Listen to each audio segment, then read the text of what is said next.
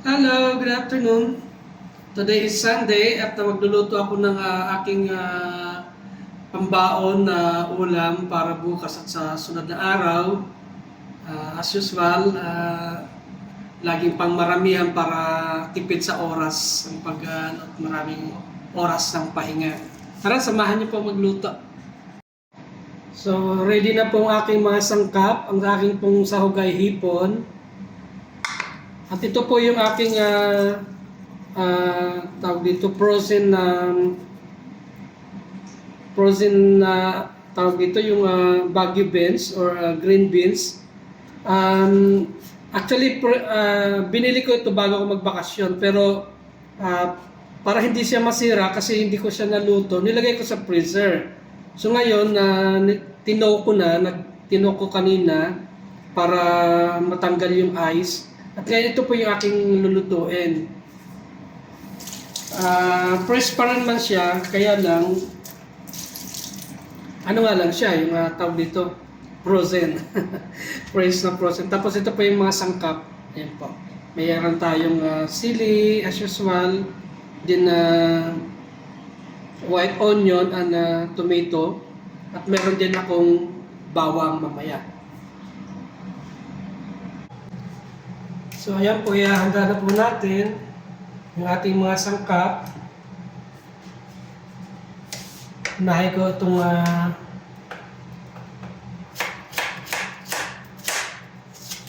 white onion. Ubusin ko na ito para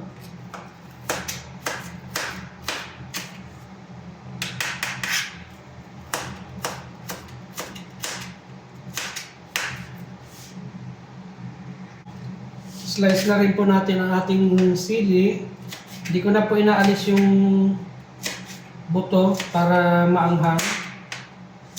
Actually, gisado lang to guys.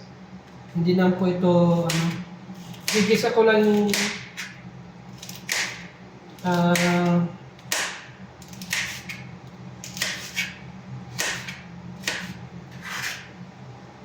shrimp sa bawang sibuyas, kamatis.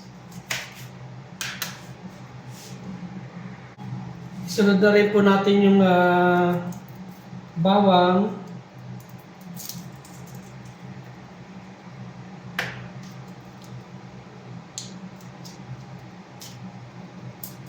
Ang ginger na ilalagay ko po rito mamaya ay powder. Kaya di na po ako nagbalat ng fresh ginger.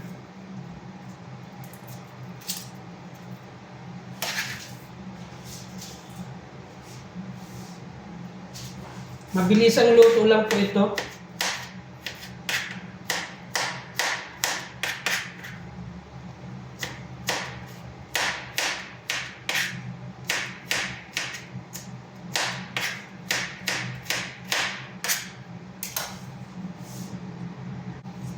Sunod naman po natin ang ating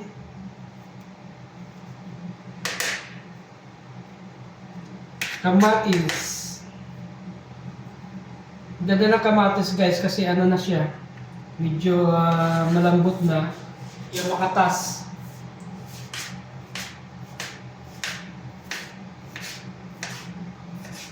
Yan, slice into wedges lang po siya, ganyan. Hindi ko na po pinipino.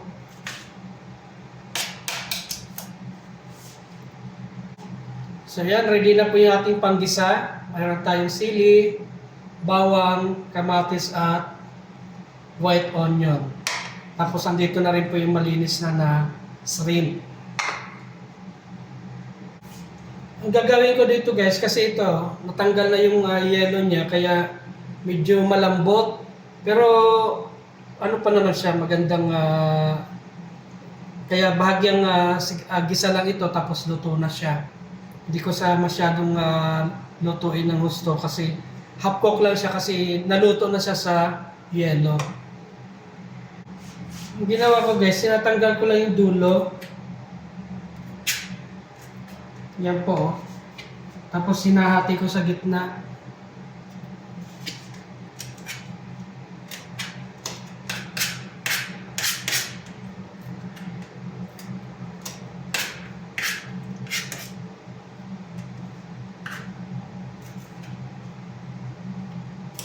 Kung hindi ko po ito nilagay sa freezer, hindi ko ito napakinabangan pagbalik ko kasi sigurado sira na siya.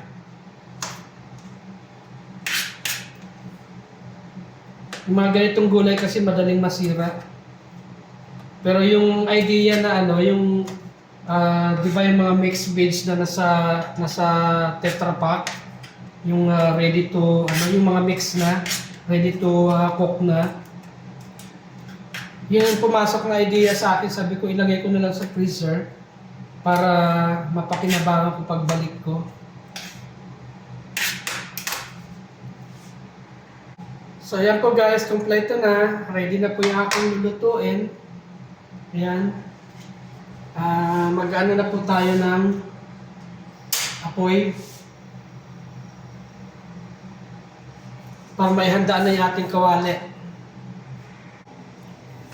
So yan po, mainit na po yung ating kawali.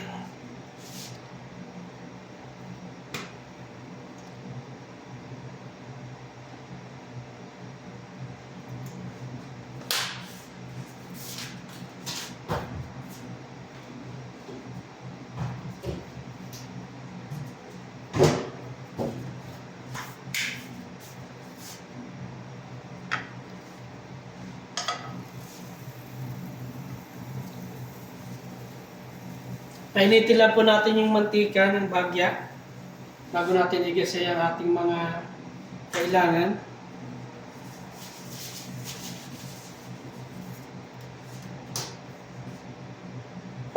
Siyempre, unahin po natin yung ating bawang.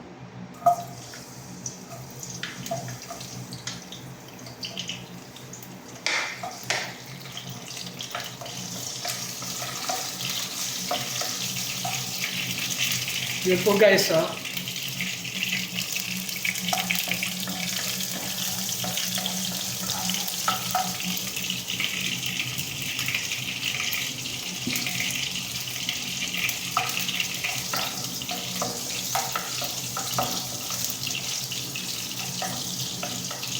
At isasunod naman po natin yung ating sibuyas.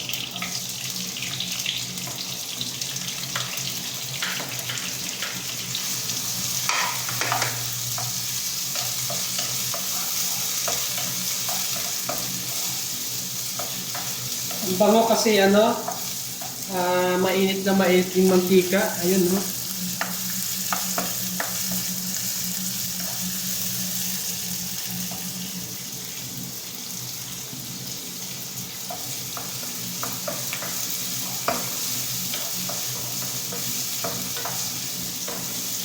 At isusunod na po natin yung ating sili at kamatis.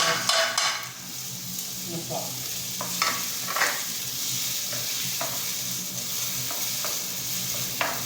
At isi-simmer lang po muna natin siya ng mga 5 minutes hanggang sa totally maluto yung ating kamatis at luya. Sili. At sa puntong ito ay simmered na po yung ating mga sangkap. Lalagyan na po natin yung ating shrimp. Ito.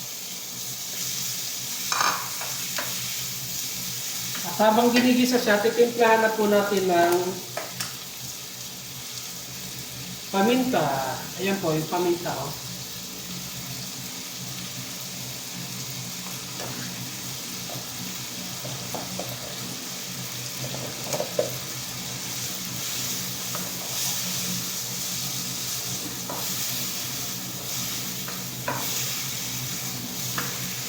So ngayon po, medyo nagta-turn red na po yung ano,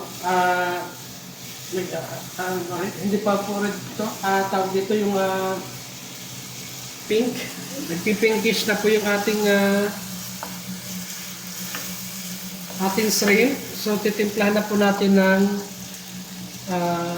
ibang seasonings like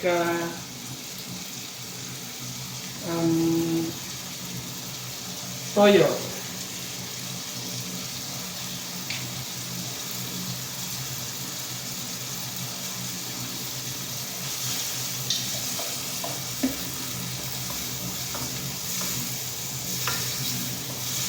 Siyempre, dahil shrimp yung ating sangkap, ang ilalagay po natin ay hindi magic sarap, kundi yung shrimp cubes. Ayan po, yung shrimp cubes. Ito po ay dala ko galing Pilipinas nung ako'y nagbakasyon. Pagbalik ko dito, bumili ako ng ayan, shrimp cubes. Nor shrimp cubes po, yan. Yan po ilalagay natin.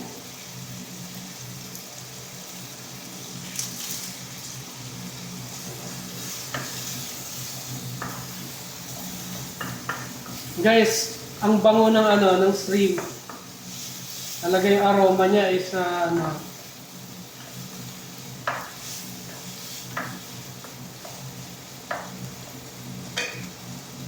At as usual, lalagyan po natin siya ng ginger para mabango, lalo at malinamnam. Yan po. Mahilig po ako sa ginger, lalo na pag fresh. So, meron pa ako ditong powder, yung dried powder na ginger. Yun po yung nilagay ko.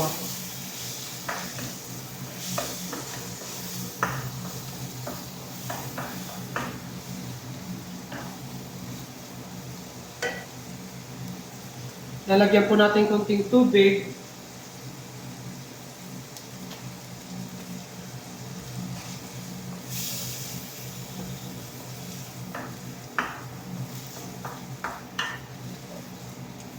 At sa puntong ito, lalagay na po natin yung ating green beans.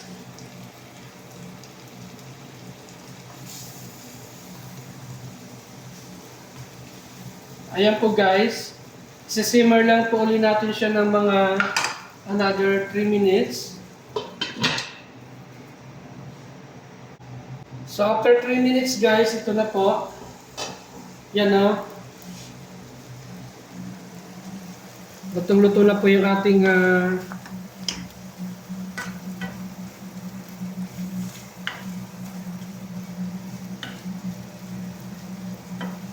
yan po siya. Sorry po kasi walang humahawak sa akin camera. Ako lang po din humahawak ng camera ko eh.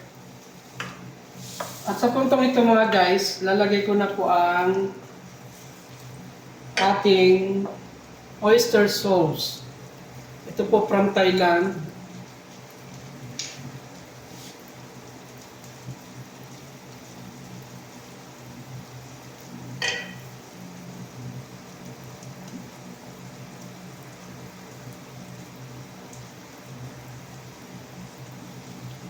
Alam ko naka-sale ito ngayon eh, kaya siguro pag nakapunta uli ako ng Bata, bibili po ako ng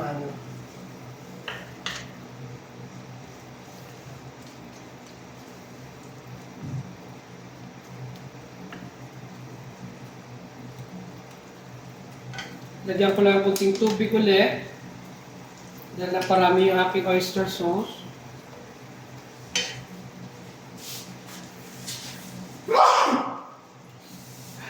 Sorry guys, pumasok sa ilong ko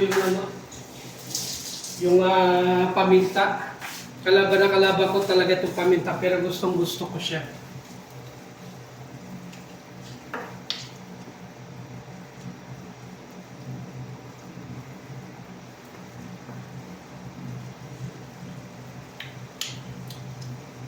Ang sarap, grabe. Ang sarap. Ramdam mo yung kagat ng anghang ng sili.